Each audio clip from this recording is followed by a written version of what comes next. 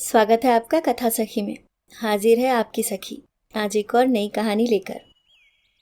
सुनिए मेरी यानी रुचिका की आवाज में। कहानी का शीर्षक है तिजोरी में बंद लम्हे। शारदा जी अपने जीवन के सबसे बड़े और अकल्पनीय सपने को सच होते देख रही थी।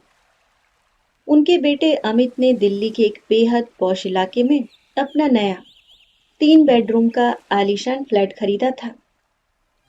आज नए घर का गृह प्रवेश था।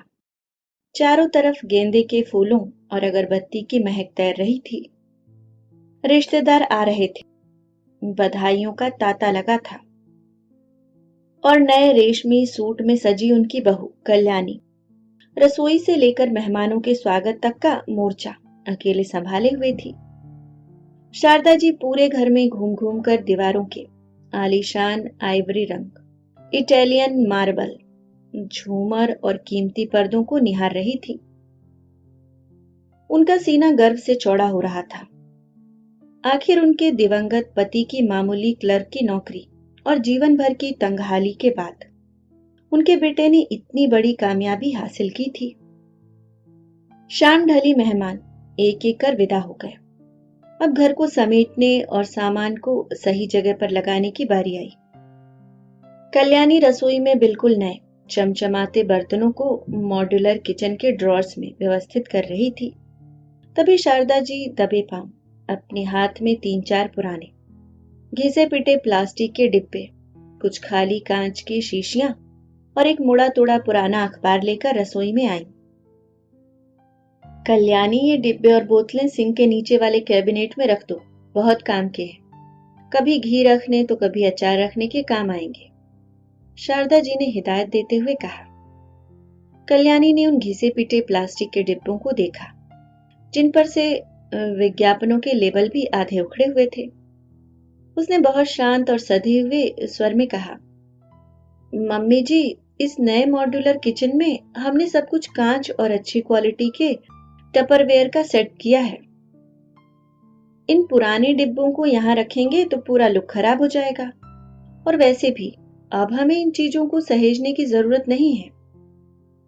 शारदा जी का चेहरा उतर गया। उन्हें लगा जैसे उनकी किफायत और अनुभव का अपमान हुआ। उन्होंने डिब्बे खींचते हुए कहा, तुम आज की पीढ़ी के बच्चों को पैसे की कीमत नहीं पता। नया घर क्या मिल गया, पुरानी चीजें कबाड़ लगने लगी। हमारे जमाने में हम एक एक सुई संभाल कर रखते थे। कल्याणी चुप रही।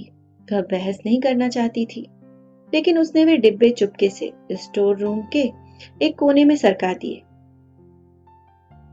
यह छोटी सी घटना तो बस एक शुरुआत थी। अगले कुछ दिनों में अमित और कल्याणी ने महसूस किया कि शारदा जी नए और आलीशान घर में रहने के बावजूद अपनी पुरानी तंगहाली वाली आदतों को छोड़ नहीं पा रही। ड्राइंग रूम के कीमती सोफे पर उन्होंने एक पुराना बदरंग सूती कपड़ा बिछा दिया ताकि सोफा गंदा ना हो। नए डाइनिंग टेबल पर जो सुंदर मैट्स कल्याणी ने बिछाए थे, शारदा जी ने उनके ऊपर पुराने अखबार काट कर रख दिए ताकि दाल का दाग न पड़े। सुंदर कांच की क्रॉकरी अलमारी में बंद रहती और शारदा जी रोज अमित और कल्याणी को पीतल की पुरानी चटक चुकी थालियों में खाना परोसती। एक दिन अमित ने चिढ़कर कहा, माँ, जब भगवान ने सब कुछ दिया है तो हम इन अच्छी चीजों का इस्तेमाल कब करेंगे? आपने पूरे घर को एक स्टोर रूम बना दिया है। हर कीमती चीज को आप आगे के लिए बचा कर रख देती हैं। शारदा जी ने अपनी बात का समर्थन करते हुए कहा, अमित बुरा वक्त बताकर नहीं आता। आज पैसा है, कल ना हो, तब यही चीजें काम आती हैं। तुम लोग तो बस उड़ाना जानते हो। शारदा जी की सोच यह थी कि सुख को भोगना नहीं, बल्कि उसे भविष्य के लिए बचाकर रखना ही समझदारी है। इस चक्कर में वह वर्तमान के हर पल को कंजूसी और डर में जी रही थी। शारदा जी की अलमारी में एक बेहद खूबसूरत असली जरी की बनारसी साड़ी रखी थी। यह साड़ी अमित ने अपनी पहली बड़ी नौकरी मिलने पर अपनी मां को तोहफे में दी थी। साड़ी इतनी भारी और सुंदर थी कि जो भी देखता दंग रह जाता। कल्याणी ने कई बार कहा, मम्मी जी, फलाने रिश्तेदार की शादी है, आप यह साड़ी पहनिए ना, आप पर बहुत खिलेगी। पर शारदा जी हर बार यही कहती, अरे नहीं, इतनी महंगी साड़ी रोज रोज ऐसे ही शादियों में पहनकर खराब थोड़ी करनी है, इसे किसी बहुत बड़े और खास मौके पर पहनूंगी। साड़ी पिछले 4 साल से मलमल के कपड़े में लिपटी कपूर की गोलियों के बीच अलमारी के सबसे सुरक्षित लॉकर में बंद थी। शारदा जी कभी कभी उसे निकालकर सहला लेती, फिर वापस रख देती। उनके लिए उस साड़ी का होना ही आनंद था, उसे पहनना नहीं। वक्त बीतता गया। एक दोपहर जब कल्याणी दफ्तर में थी और अमित भी बाहर था, शारदा जी को अचानक सीने में बहुत तेज दर्द उठा। वह किसी तरह घिसटते हुए फोन तक पहुंची और अमित को फोन किया। अमित और कल्याणी सब कुछ छोड़कर भागे। शारदा जी को तुरंत अस्पताल के आईसीयू में भर्ती कराया गया। उन्हें एक गंभीर हार्ट अटैक, दिल का दौरा आया था। डॉक्टरों ने कहा कि अगले 24 घंटे बहुत नाजुक हैं। अमित और कल्याणी अस्पताल के कॉरिडोर में बैठे रो रहे थे। कल्याणी ने अमित को ढाढ़स बंधाया और कहा, अमित, माँ के वार्ड में बहुत ठंड है, डॉक्टर कह रहे थे उनके पैर और बदन को गर्म रखना होगा। मैं घर जाकर माँ के लिए कुछ कपड़े और शॉल ले आती हूँ। कल्याणी भागते हुए घर आई। उसने शारदा जी के कमरे की अलमारी खोली। अलमारी में कपड़े ढूंढते हुए उसकी नजर उसी मलमल के कपड़े में लिपटी बनारसी साड़ी पर पड़ी।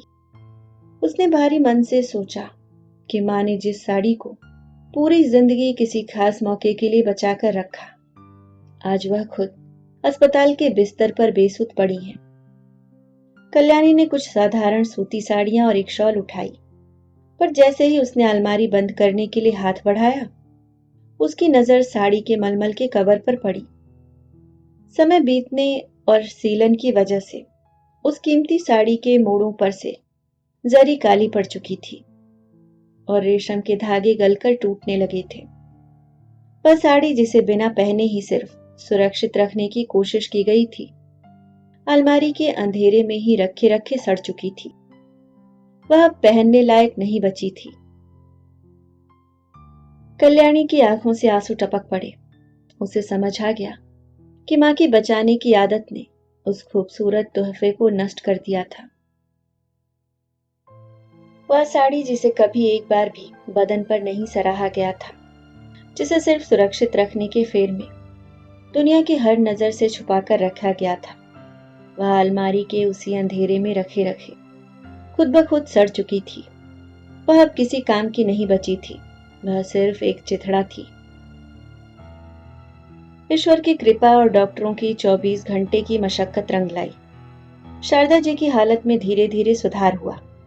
4 दिन बाद उन्हें आईसीयू से निकालकर जनरल वार्ड के एक शांत कमरे में शिफ्ट कर दिया गया।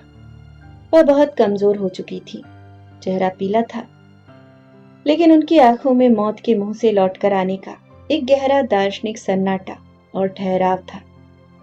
जब हफ्ते भर बाद वह व्हील चेयर पर बैठकर वापस अपने घर आई, तो घर बदला हुआ था। कल्याणी उन्हें सहारा देकर अपने कमरे में ले गई। शारदा जी ने चौंक कर कमरे के चारों तरफ देखा। उनके बिस्तर पर से वे पुरानी चटकी हुई चादरें गायब थी। कमरे की खिड़कियों के भारी पर्दों को हटा दिया गया था, जिससे ताजी धूप और हवा सीधे कमरे के अंदर आ रही थी। कल्याणी ने उन्हें बेड पर बिठाया और बिना कुछ बोले अलमारी के पास गई। वह वही मलमल का पुराना पोटला उठा लाई, जिसने अपनी चमक खो दी थी। उसने शारदा जी के घुटनों पर वह बनारसी साड़ी खोलकर रख दी। जब शारदा जी ने देखा कि उनकी वह सबसे कीमती, दिल के सबसे करीब रही साड़ी जगह जगह से गलकर फट चुकी है, उसकी सुनहरी जरी कोयले जैसी काली पड़ चुकी है, तो उनका बूढ़ा दिल जैसे बैठ गया। वह कांपते हाथों से उस फटे हुए रेशम को छूने लगी। उनकी आंखों से अविरल अश्रुधारा बहने लगी। यह क्या हो गया कल्याणी? मैंने तो इसे कभी छुआ तक नहीं।